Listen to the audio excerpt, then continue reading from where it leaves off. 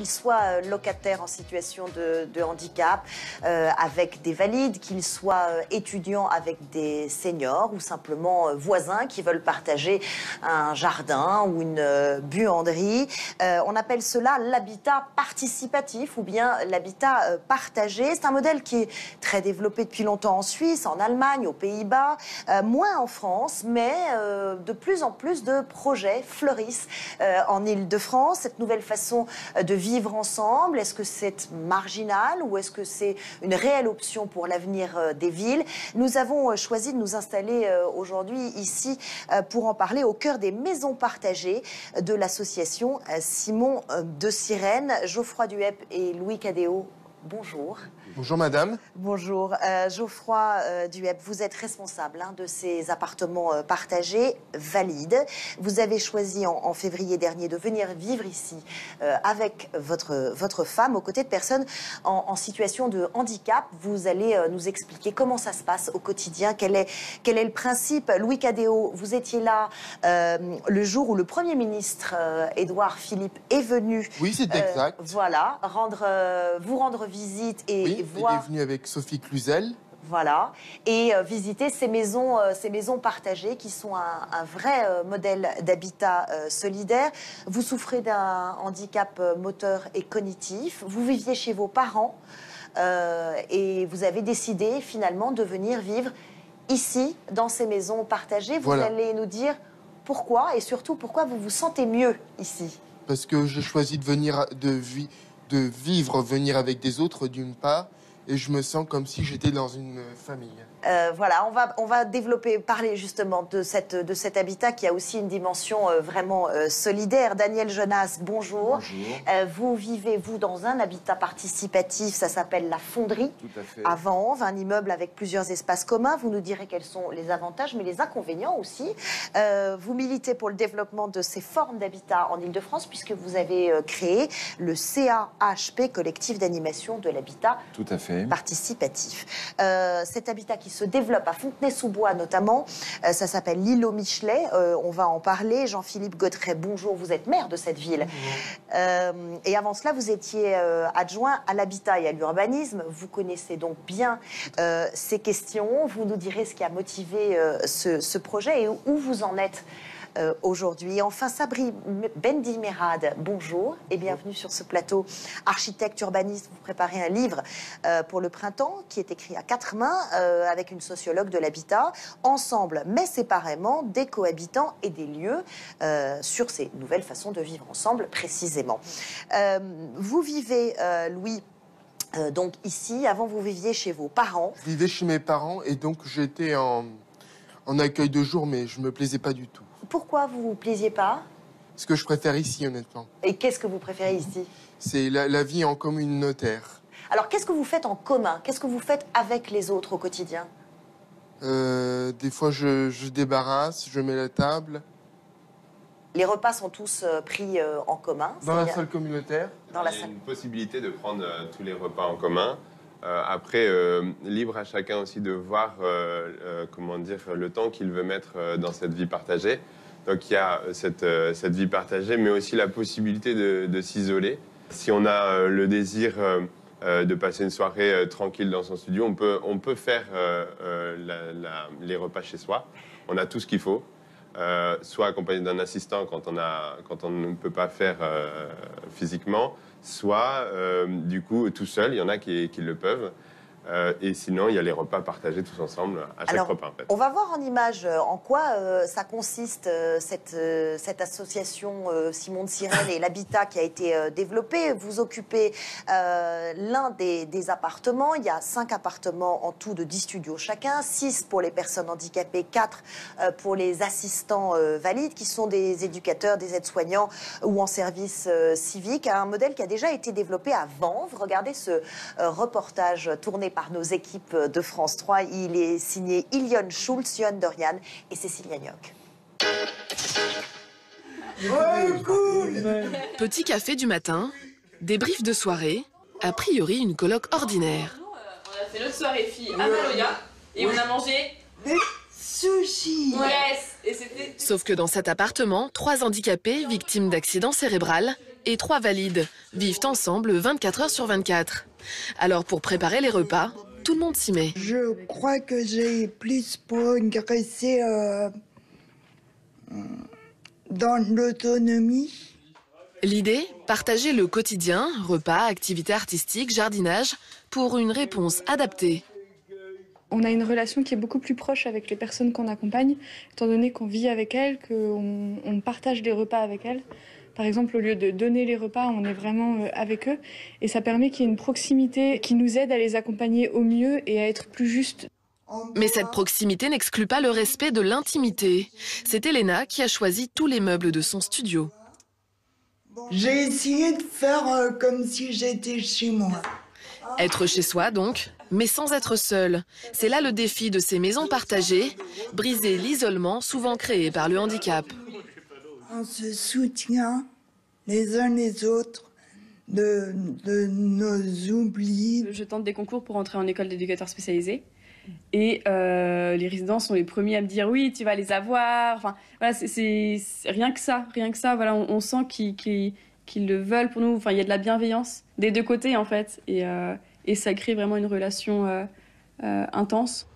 Si intense que les valides, des volontaires en service civique ou des professionnels salariés, ne restent pas plus de 2-3 ans en moyenne. Les handicapés ont quant à eux la possibilité de rester aussi longtemps qu'ils le souhaitent.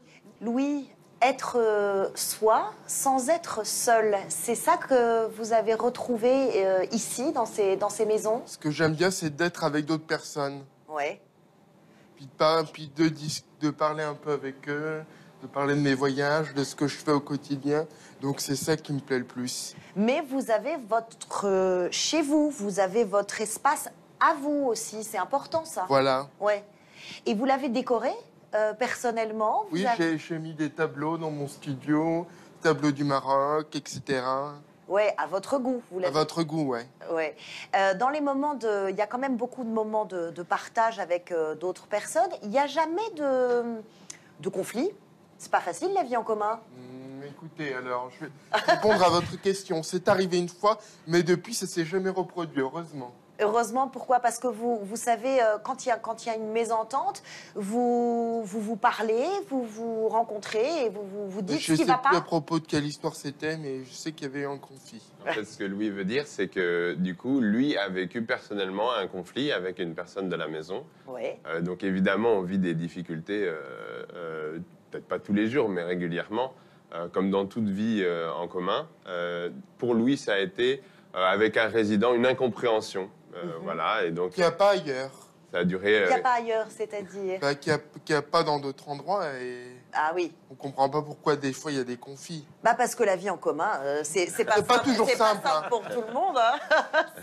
C'est comme ça la vie en commun. Il y a des choses sur lesquelles on n'est pas d'accord. Donc Louis exprime aussi qu'il était très affecté en fait par ce conflit, parce que lui qui est très ouvert, très envie de discuter, de se rapprocher des autres, du coup a été affecté par le fait qu'il pouvait faire du mal en fait quand même aux autres et c'était pas mon cas. Et en même temps, il y a plein de moments de joie, de moments de partage. Il y a des soirées, il y a des choses que vous préférez. La soirée appartement du jeudi soir, mais pas les autres jours. Pas les autres jours. C'est le jeudi. C'est le jeudi, oui.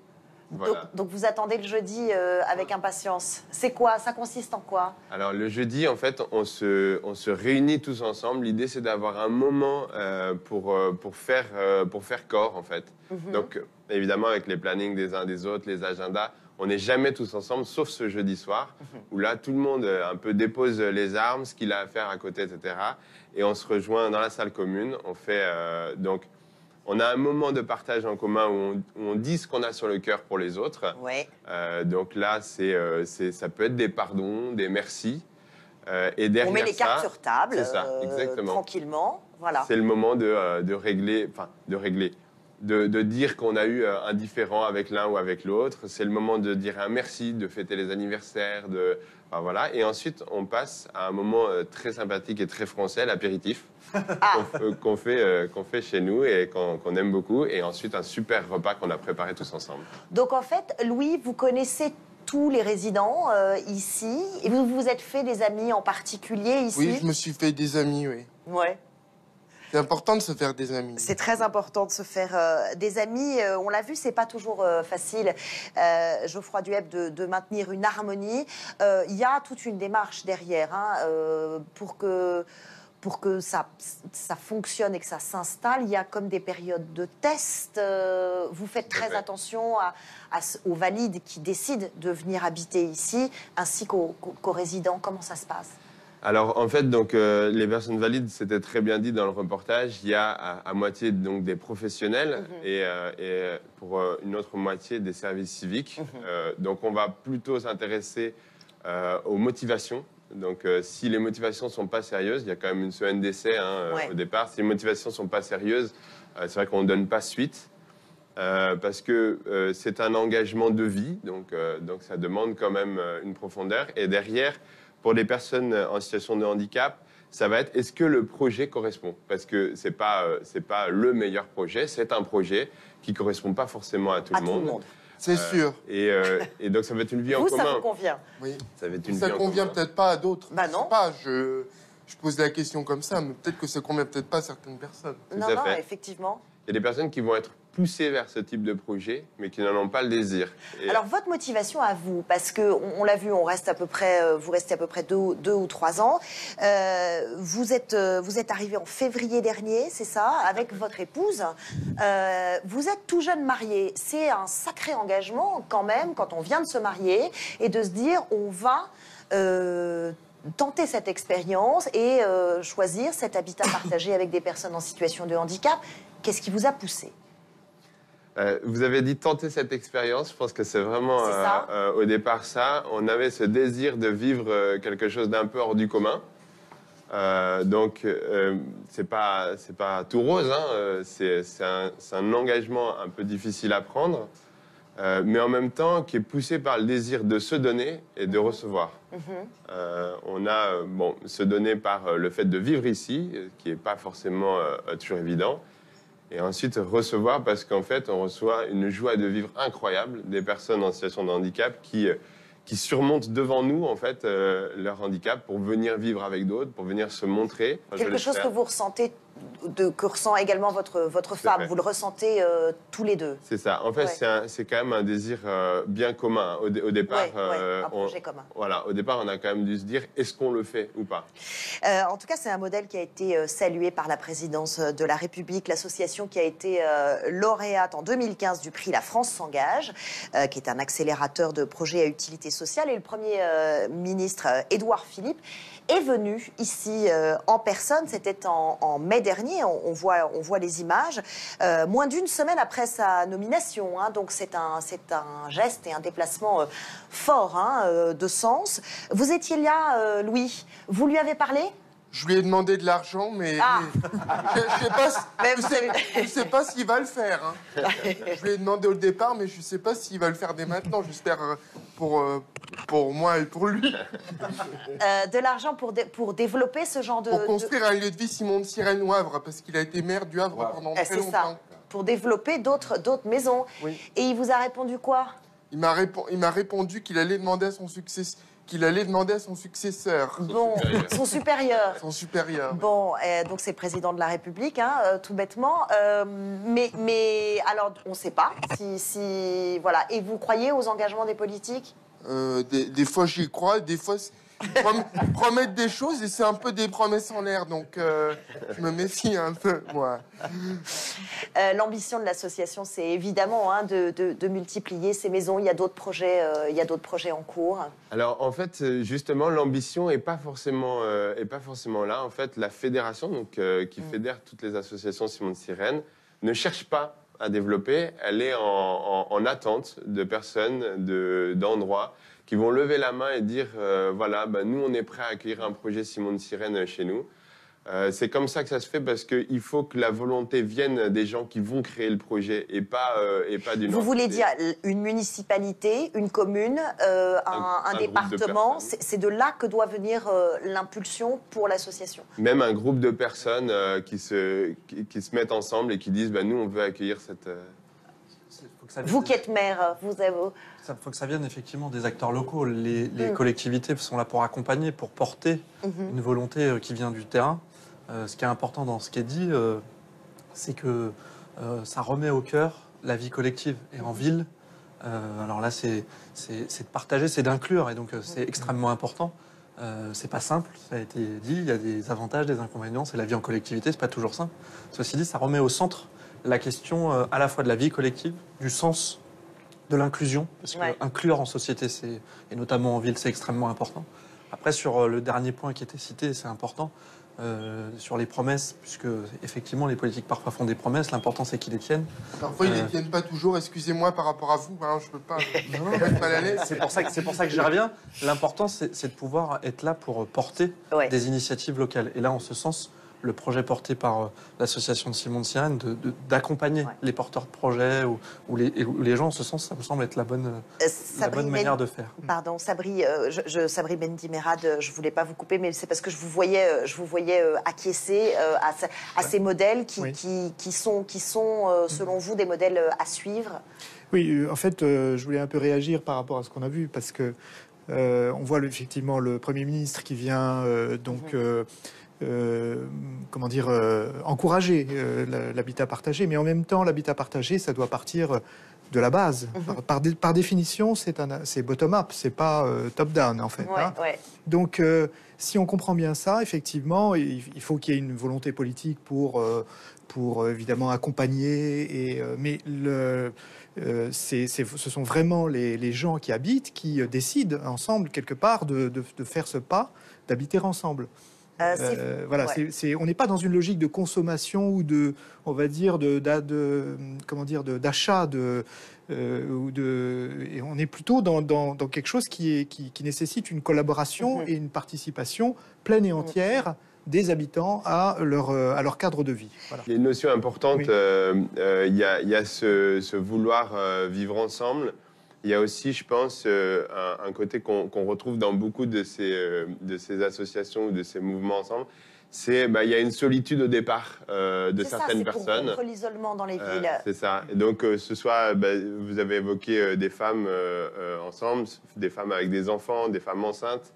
Ça peut être des personnes handicapées, des personnes âgées. Enfin, en tout cas, il y a déjà au départ un isolement qui fait que on désire aussi cette vie partagée. Et ça recrée du lien social. C'est de la recherche de nouvelles solidarités, quasiment de recréer une forme de famille entre adultes qui n'ont pas forcément des relations amoureuses les uns avec les autres. C'est ça. C'est pour ça que votre cas est très particulier. Habiter en couple dans une communauté, à partager, c'est pas facile. Et je voudrais rajouter juste une chose par rapport à l'intimité qu'on voyait tout à l'heure.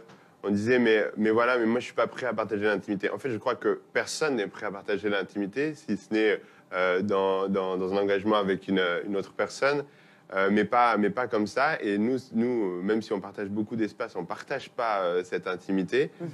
Je crois que c'est, à mon sens, en tout cas pour moi, un fondamental de la vie partagée. Il faut cet espace-là parce qu'on a besoin de cet espace-là, justement pour pouvoir s'engager sur le reste. Beaucoup de personnes de plus de 60 ans qui sont aussi très intéressées pour participer. En fait, on veut reconstituer le village. On se dit, dans mon village, il y avait des jeunes, des vieux, toutes sortes de professions, toutes sortes de niveaux sociaux, et on essaye de recomposer un peu ça. Et un grand village. Donc aujourd'hui, c'est plus pareil, quoi. Oui, ça a changé. Un grand village, c'est le modèle de demain, c'est la ville de demain, c'est ça?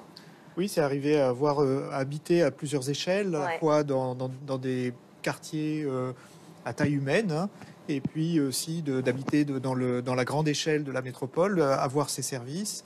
Je pense que c'est ça qui fait qu'on habite d'une certaine manière confortablement. Mais je voulais juste dire qu'effectivement, on peut dire que les 50 dernières années ont été plutôt des années où peut-être même le siècle dernier a été plutôt le siècle de la séparation des choses. On a séparé l'habitat du travail, on a séparé l'industrie de la ville. On n'a pas arrêté de séparer. Et puis finalement, on est arrivé à séparer les jeunes des vieux, des valides, des non-valides, etc., etc. Et aujourd'hui, il y a un mouvement peut-être inverse qui essaye de reconnecter, de remettre ensemble les gens, quelles que soient leurs conditions et quelles que soient leurs... Je crois qu'il y a une aspiration réelle, forte, un modèle un modèle de vivre ensemble, tout simplement. Vivre ensemble, on va rester là-dessus parce que c'est une belle conclusion. En tout cas, je voudrais tous vous remercier infiniment d'avoir participé à cette émission. Merci, Madame la journaliste. D'avoir mené l'émission, le débat. Enfin, c'était pas un débat, mais d'avoir animé l'émission. C'était pas un débat politique. Non, c'était pas un débat politique. L'idée, c'était d'explorer toutes ces nouvelles formes d'habitat. Émission préparée avec Amandine Janik, journaliste également, qui m'a aidée et qui a été en lien avec vous tous pour préparer cette émission. Merci de nous avoir accueillis au sein de l'association Simon de Sirène. 9h50, c'est tous les matins, c'est sur France 3 Paris Île-de-France. Et en attendant demain matin, je vous souhaite une très très belle journée.